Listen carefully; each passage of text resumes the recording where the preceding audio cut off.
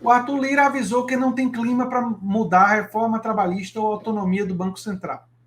Vamos lembrar que mudar a reforma trabalhista, né, e reparar violências que foram feitas contra a classe trabalhadora naquela reforma antipovo, naquele ataque à aposentadoria dos mais pobres, não foi apenas uma promessa de campanha do Lula, não apenas está no programa do PT, como também fez parte da negociação do PT com o PDT, o que significa que existem muitos interessados nisso. Mas o Arthur Lira disse que não vai fazer nada. E a autonomia do Banco Central também não. O presidente da Câmara afirmou em evento do BTG Pactual, evento de banco, né, que a prioridade é aprovar a reforma tributária. Mas aí vem aquela pergunta: qual será a reforma tributária que o Arthur Lira quer aprovar? Vocês acham que ele vai querer aprovar uma reforma tributária que tenha progressividade? Vocês acham que ele vai querer aprovar uma reforma tributária que reduza tributos sobre o consumo e aumente os produtos na renda, na especulação financeira, no lucro dos bancos? Claro que não. Claro que não. Ele está a serviço de entidades como o BTG Pactual. Arthur Lira está a serviço dos empresários grandes do país, dos seus financiadores de campanha. Arthur Lira e muitos políticos brasileiros, eles fazem o que os financiadores de campanha querem. Eles foram colocados lá para isso, eles foram escolhidos justamente porque eles representam os interesses da classe dominante do Brasil, porque eles representam os interesses dos especuladores financeiros, eles representam os interesses dos empresários, dos grandes empresários. No Brasil, a luta de classes ela é de tal forma que, embora os pequenos e médios empresários não percebam, os grandes empresários do Brasil estão numa guerra contra a classe trabalhadora e contra os pequenos e médios empresários, porque eles também são prejudicados pela repressão que se dá ao consumo pelo sistema tributário brasileiro. Mas a reforma que o Arthur Lira vai querer aprovar, eu adianto para vocês, vai ser uma reforma apenas de simplificação de impostos e apenas para facilitar a tributação. Só isso. Que é importante, mas não chega nem perto do que é o mais importante de uma reforma tributária. Bem, olha só o que disse o Arthur Lira. Não tem clima na Câmara dos Deputados para mudar a reforma trabalhista ou a autonomia do Banco Central. Não tem clima, sabe? Não pintou aquele clima. Nem lembra até o Bolsonaro falando. Questões defendidas pelo governo Lula. O aviso foi dado pelo presidente da Casa ao deputado federal Arthur Lira durante evento promovido pelo Banco BTG Pactual nesta quarta-feira. O deputado Alagoano, durante a apresentação, abordou diversos temas como âncora fiscal, mudanças no CAF e judicialização de questões políticas.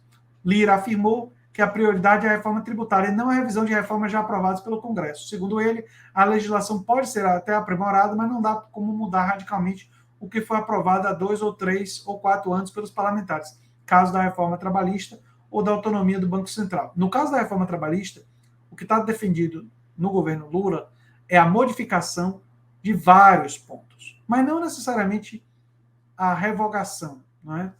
A revogação era uma defesa inicial, mas o programa do PT passou a suavizar um pouco o discurso, porque tem aliados também dentro do empresariado, então passou a defender apenas a modificação bastante significativa de pontos que são muito ruins para os mais pobres. O parlamentar destacou que a pauta prioritária é a reforma tributária que o governo, sobretudo o ministro, está com foco na aprovação da proposta. Para Lira, qualquer avanço que ajude a desburocratizar e simplificar a cobrança de impostos é significativo. Olha só o que ele falou, parece que eu estou adivinhando, né? Ele diz só desburocratizar e simplificar. Tem alguma fala aqui dele dizendo vamos fazer o sistema tributário brasileiro ser mais progressivo? Vamos fazer o sistema tributário brasileiro tributar mais dos ricos e menos dos pobres, da classe trabalhadora? Não. Por que não? Porque ele representa os interesses dos ricos. E ele está se lixando para a classe trabalhadora. E não é só o Arthur Lira. É importante entender que essa é uma característica da maioria dos políticos financiados pelo empresariado. Quase que a totalidade.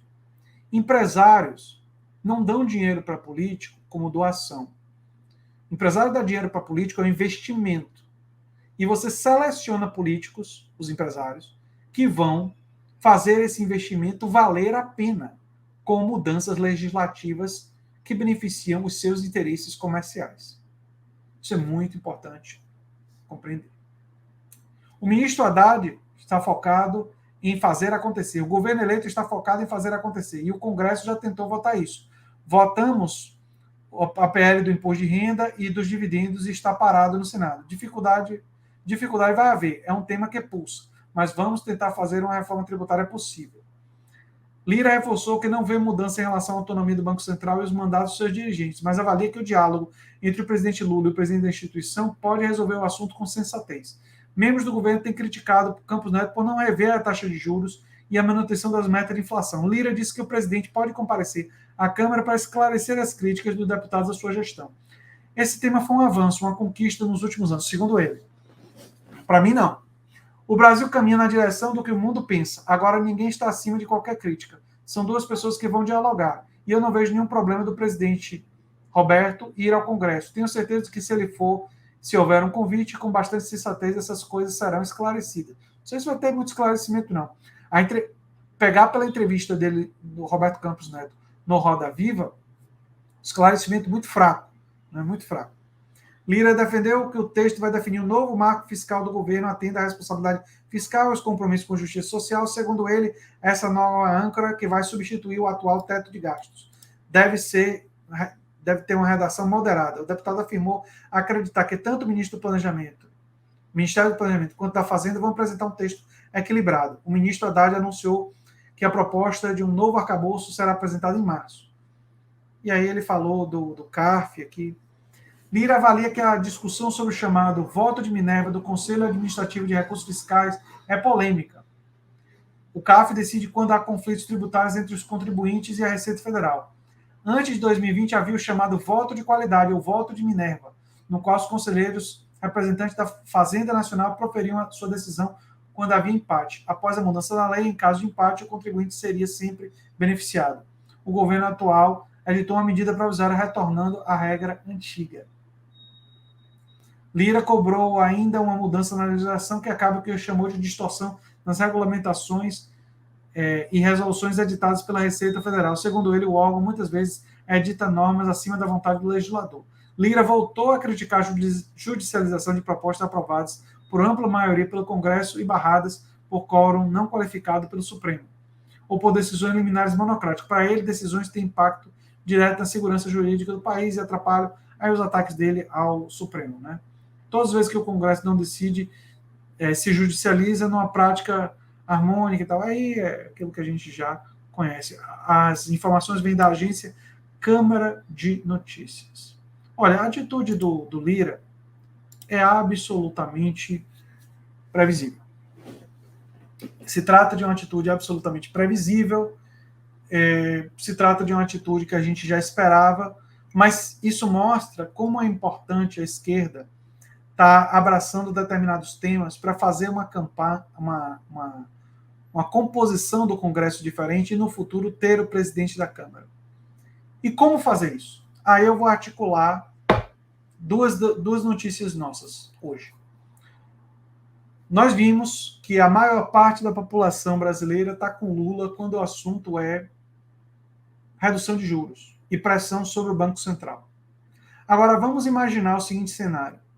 Os partidos de esquerda embarcam e abraçam, né, a proposta de lei que vai limitar os juros, não só do Banco Central, mas dos bancos comerciais e das empresas de cartão de crédito.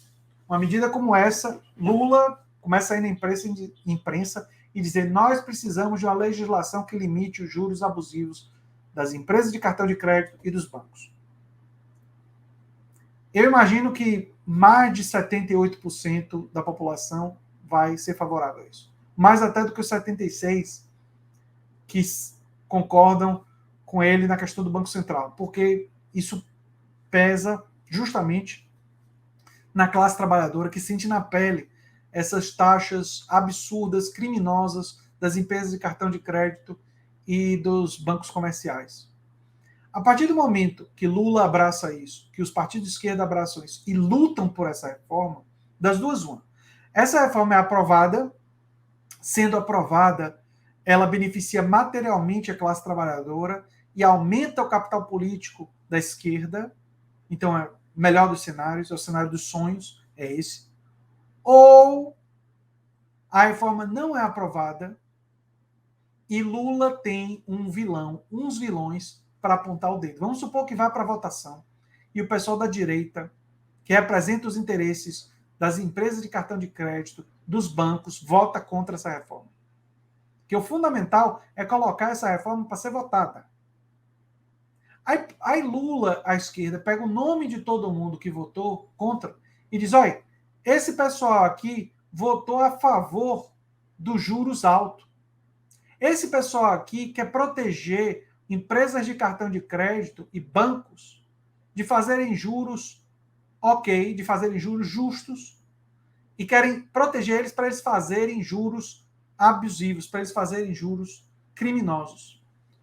Vocês vão votar nessas pessoas e pode fazer uma campanha contínua contra esse pessoal e quando chegar na hora da eleição usar isso contra esses senadores, esses deputados que votaram contra uma proposta de lei que melhoraria a questão dos juros no Brasil. Então, você tem que ter propostas parlamentares que têm muita adesão popular e aí você usa isso politicamente e usa o apoio popular para aprovar a proposta e para pressionar e constranger os políticos.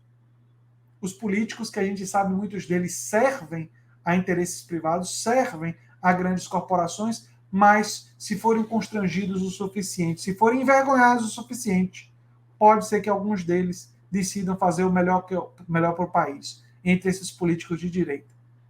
Especialmente desses que foram financiados por essa gente. Eles vão fazer isso pela sua própria sobrevivência política. Eles vão fazer isso porque estão sendo constrangidos. Eles não vão fazer isso como os políticos que estão comprometidos com a classe trabalhadora fazem. Porque os que estão comprometidos com a classe trabalhadora, aqueles que têm origem de classe da classe trabalhadora, aqueles que tiveram suas campanhas financiadas pela classe trabalhadora, aqueles que lutam pela classe trabalhadora, esses não precisam ser convencidos nem constrangidos para votar a favor de um projeto de lei como esse, que já existe, já está na Câmara, foi construído em grande medida pelo pessoal da Auditoria Cidadã da Dívida e que precisa ser votado. E que nós temos que pressionar pela aprovação.